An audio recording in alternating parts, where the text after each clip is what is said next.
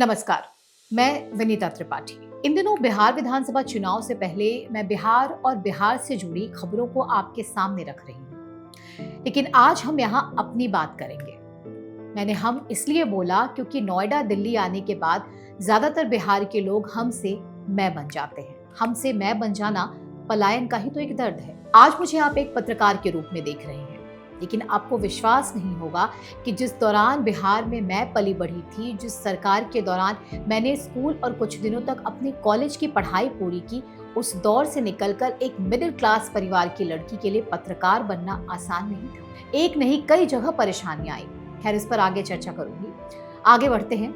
आज social media के आ जाने से बिहार का जंगल राज वाला टर्म सबने सुन लिया है, लेकिन जंगल राज को हमारी जनरेशन ने भुगता है। जी हाँ, जंगल राज का मतलब हत्या, अपहरण, रंगदारी, लालू यादव की बेटियों की शादी में शोरूम से नई गाड़ियां उठाना भर नहीं था, बल्कि असली जंगल राज तो वो था जब स्कूल के दौरान मेरे पापा ने अपना टाइटल पाठक मेरे नाम के आगे नहीं लगाया था।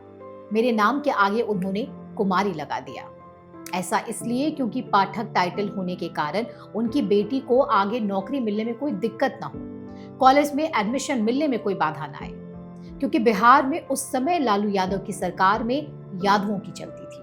अगर आपके नाम के आगे यादव होता था तो आपके काम मिनटों में होते थे। ये मुझे कॉलेज में एडमिशन के समय भी मालूम चला, जहां मेरे से कम नंबर वाली कुछ लड़कियों का एडमिशन आसानी से हो गया क्योंकि वे ओबीसी कोटे से आती थी, जबकि मुझे फाइन आर्ट्स कोटे पर एडमिशन मिला क्योंकि मैं जनरल कैटेगरी से थी। उस समय बिहार के स्टूडेंट्स के लिए पहली प्रायोरिटी दरअसल पटना यूनिवर्सिटी के कॉलेजेस हुआ करते थे, क्योंकि यहाँ से आप 3 साल में ग्रेजुएशन कर लेते थे, जबकि मगध यूनिवर्सिटी में कभी नॉन टीचिंग स्टाफ्स की हड़ताल तो कभी प्रोफेसरों की मनमानी, लेकिन खामियाजा बेचारे छात्रों को भुगतना पड़ता था। मेरे साथ के मेरे जो फ्रेंड्स मगध यूनिवर्सिटी की कॉलेज में पढ़ते थे, उन्हें ग्रेजुएट होने में 5 से 7 साल तक लग गए थे।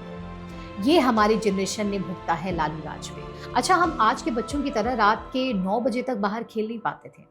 जब हम अपने स्कूल टाइम में घर जाने के बाद खेलते थे तो मजाल है जो 6 बजे के बाद हमें बाहर रहने दिया जाता था, क्योंकि हमारे पेरेंट्स डरते थे उस समय के सिचुएशन से, क्योंकि आरजेडी के तथाकथित गुंडे खुद को नेता या मंत्री से कम नहीं समझते थे। कमेंट्स करना, छेड़खानी इनके लिए आम बात थी। इस डर से हमें ज्यादा देर तक बाहर खेलने तक नहीं दिया जाता था। एक तो लड़की, ऊपर से लालू का जंगल राज। वैसे इसके पीछे अंधेरा भी एक कारण था, क्योंकि लालू राज में शाम होते ही घरों की बिजली गुल हो जाती थी और हम जैसे मिडिल क्लास परिवारों में इमरजेंसी लाइट की रोशनी और लालटेन जलने लगती थी। ऐसी कई दिक्कतों को हमारी जनरेशन ने भुगता है। खैर, स्कूल खत्म होने के बाद कॉलेज गई तो सबसे पहले घर से अकेले पब्लिक ट्रांसपोर्ट को यूज करना ही बड़ी बात थी। इतना ही नहीं, लालू राज में अपने कपड़ों को लेकर भी हमें बड़ा सतर्क रहना पड़ता था, कॉन्शियस रहना पड़ता था। कॉलेज जाते समय मैंने कई बार सलवार सूट के अलावा जीन्स भी पहना, लेकिन यकीन मानिए जिस दिन मैं जीन्स पहनती थी, मुझे घर से कॉलेज पहुंचने तक लगता था मुझे घूरा जा रहा है। कमेंट्स किए जाते थे, कपड़ों से आपका कैरेक्टर जज किया जाता था। हालांकि ये हर जगह होता आया है, पर बिहार के केस में शायद इसलिए अधिक था क्योंकि वहां स्पर्श की छूट थी। क्या नतीजा ये हुआ कि कुछ दिनों तक मैं सलवार सूट पहन के कॉलेज आने लगी, क्योंकि रहना तो उसी बिहार में था उस समय। वैसे आज तो सच में बिहार बदल गया है। तभी तो लालू यादव के बेटे तेजस्वी यादव अपनी वाइफ के साथ देर रात पटना की सड़कों पर चाय की चुस्की लगाते नजर आते हैं, सड़क पर रील और डांस करते नजर आते हैं। अपने कॉलेज के दौरान के समय का ही जंगल राज से जुड़ा एक और वाक्य आपको बता रही हूँ। मेरे कॉलेज आने के रास्ते में पटना के पुनाई चक में एक बड़ी कोठी हुआ करती थी, ठीक बेली रोड से सटी हुई। कहा जाता है कि इस पर पप्पू यादव ने कब्जा कर लिया था। वही पप्पू यादव जो आज बड़ी ही सिद्धांतवादी बातें करते हैं, राजनीति के जरिए बिहार को बदलने की बात करते हैं, बाढ़ में फंसे लोगों की मदद करते हुए, उन्हें पैसे बांटते हुए वीडियो सोशल मीडिया पर अपलोड करवाते हैं। दरअसल उनकी छवि बाहुबली नेता वाली थी, दबंग इमेज वाली।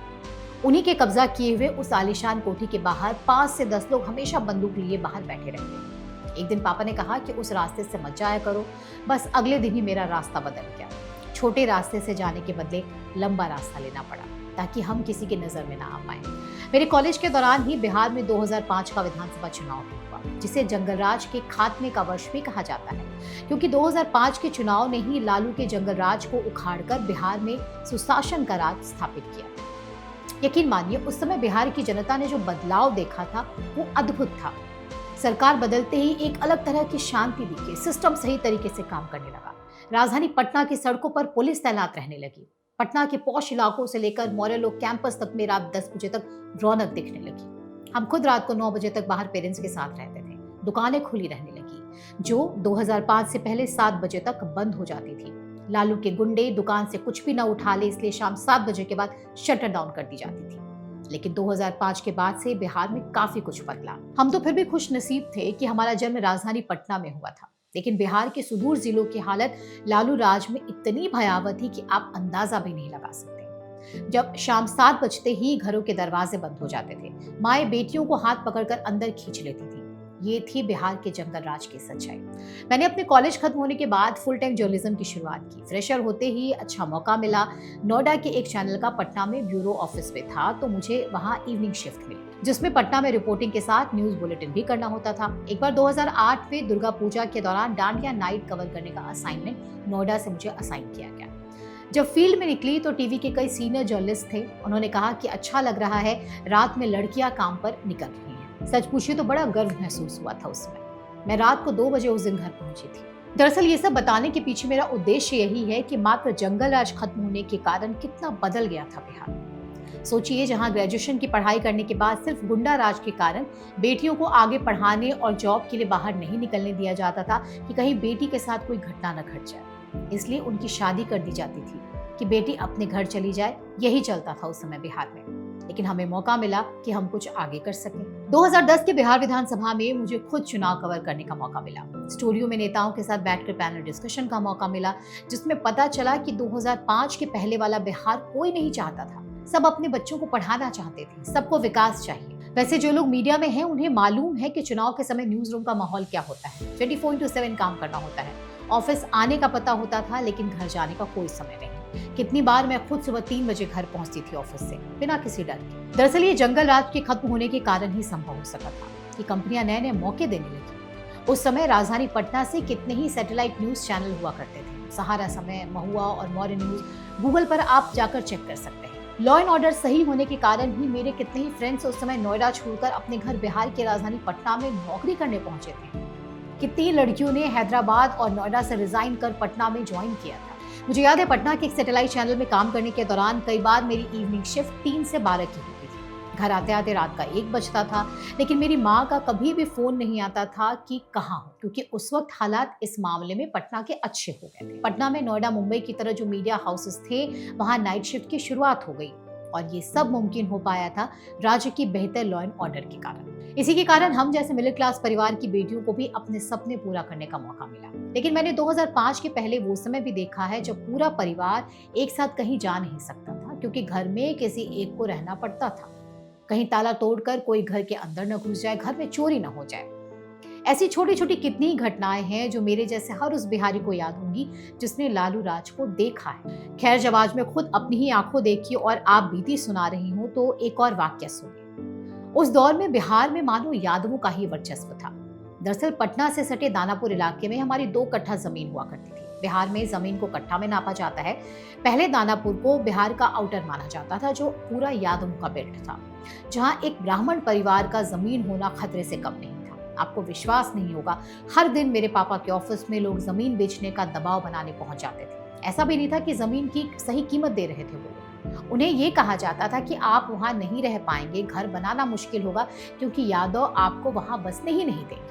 जब ऑफिस में बात नहीं बनी तो 3-4 लोग हमारे सरकारी फ्लैट तक पहुंच गए थे। तब मेरे पापा डर गए, क्योंकि हम दोनों बहनें उस वक्त कॉलेज में थे, भाई स्कूल में पढ़ रहा था। पापा को लगा कि हम हमेशा तो अपने बच्चों के साथ नहीं रह पाएंगे ना।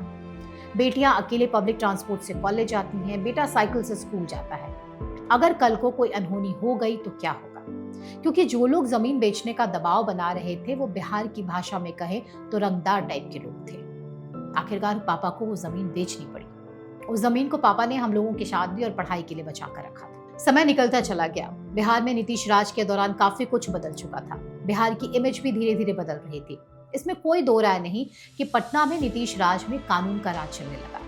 एक ऐसी घटना है जब 1 जून 2012 को रणवीर सेना के मुखिया रमेश्वर मुखिया की आरा जिले में गोलियों से भूनकर हत्या कर दी गई थी। लेकिन अगले ही दिन 2 जून को जब पटना में अंतिम संस्कार के लिए उनकी बॉडी लाई जा रही थी, तब आरा से लेकर पटना में दंगे जैसे हालात हो गए थे। मुखिया के समर्थकों के उत्पात का साक्षी उस वक्त पूरा पटना बना था। पटना के सगुना मोड़ से लेकर बास घाट तक का इलाका मुखिया समर्थकों के तांडव को झेलता रहा। तब मैं पटना के एक चैनल में काम करती थी।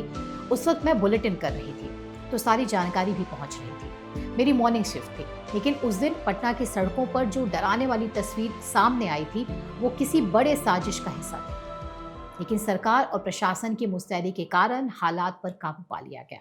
मैं उस दिन बेली रोड होते हुए इसलिए सुरक्षित अपने घर पहुंच पाई क्योंकि पुलिस जगह जगह तैनात थी। ये थी बदलते बिहार की हकीकत। हाँ, जंगल राज का एक कभी ना भूल पाने वाला दर्द है जो आज तक उन सभी बिहारियों को याद है जिन्होंने जंगल राज के दौरान अपने हायर एजुकेशन के लिए घर को छोटी उम्र में ही छोड़ दिया था। पढ़ाई के बाद नौकरी के लिए भी ऐसे ही हालात थे। लालू यादव की सरकार में न तो शिक्षा व्यवस्था सुधरी, ना ही जॉब्स जनरेट हुई। नतीजा हुआ पलायन। नीतीश राज में भी जंगल राज के भ्रष्टाचार को समेटते हुए नीतीश सरकार की प्रायोरिटी में शायद पलायन थोड़ा पीछे रह गया। वैसे पलायन सिर्फ मजदूरों या फिर घर के पुरुषों का ही नहीं हुआ, महिलाएं भी बाहर निकलती चली गई। आज मैं या मेरे हस्बैंड जो खुद बिहार के हैं, अगर उन्हें वहां नौकरी मिल जाती तो हम अपना घर छोड़कर क्या नोएडा गाजियाबाद में रहते? क्या आईटी कंपनियां अगर बिहार में होती तो क्यों बिहार के कई परिवार के बच्चे पुणे, बेंगलुरु और हैदराबाद जाकर नौकरी करते? भला किसे अपनों के बीच रहना अच्छा नहीं लगता? अपना मकान होते हुए भी आज पलायन के कारण नोएडा की सोसाइटीज में बंद कमरों में रहना पड़ता है। उन बिहारियों से पूछिए, जब छठ पूजा आती है तो हम बिहार नहीं जा पाते। कितने भारी मन से हमें यहीं से सूर्य देवता की पूजा करनी पड़ती है, ये हमसे पूछिए। शारदा सिन्हा के गीत को सुनकर हम पर क्या बीतती है, ये हमसे पूछिए। क्योंकि जॉब में इतनी छुट्टी कई बार नहीं मिलती है कि घर जाकर सबके साथ छठ मना सके। अभी कुछ दिन पहले ही जब मैं अपने होम टाउन से नोएडा वापस आ रही थी, तब पटना के स्टेशन के प्लेटफॉर्म नंबर 1 पर दिल्ली राजधानी ट्रेन लगती है। हमारी ट्रेन का समय 7:30 था। उससे पहले तमिलनाडु जाने वाली एर्नाकुलम एक्सप्रेस आने वाली थी। आप यकीन नहीं करेंगे, उस ट्रेन में बैठने और खड़े होने की तो दूर की बात थी, मैं सोच रही थी कि ये लोग चढ़ेंगे कैसे। ये सारे बिहार के वो मजदूर थे जो हर बार इसी तरीके से छुट्टियां खत्म होने के बाद पंजाब, हरियाणा और दक्षिण भारत के राज्यों में मजदूरी करने जाते हैं। दरअसल लालू की तत्कालीन सरकार ने बिहार को इस गढ़ में पहुंचा दिया है कि लोगों को अपना जीवन चलाने के लिए पलायन ही एकमात्र रास्ता दिखा, ताकि परिवार को ठीक ठाक जीवन दिया जा सके।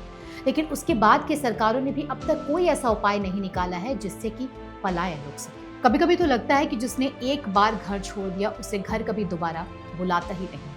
एक मेहमान की तरह आप भी 2 दिन के लिए जाते हैं, फिर वापस लौटा। खैर, ये तो मेरी कहानी थी। मुझे लगता है हर वो बिहारी जिसने लालू राज से सुशासन तक की सरकार देखी है, उसने वो सब कुछ झेला है जो मैंने आपको बताया। लालू के जंगल राज का खामियाजा आज तक न सिर्फ बिहार भुगत रहा है, बल्कि हर बिहारी भी भुगत रहा है। क्या आप भी खुद को मेरी इस कहानी से रिलेट कर पा रहे हैं? कमेंट करके जरूर बताइए, मुझे आपके जवाब का इंतजार रहेगा। इसके अलावा अगर आपको हमारे वीडियोस अच्छे लगते हैं तो लाइक करें, शेयर करें और साथ ही हमारे चैनल को सब्सक्राइब करना ना भूलें। धन्यवाद।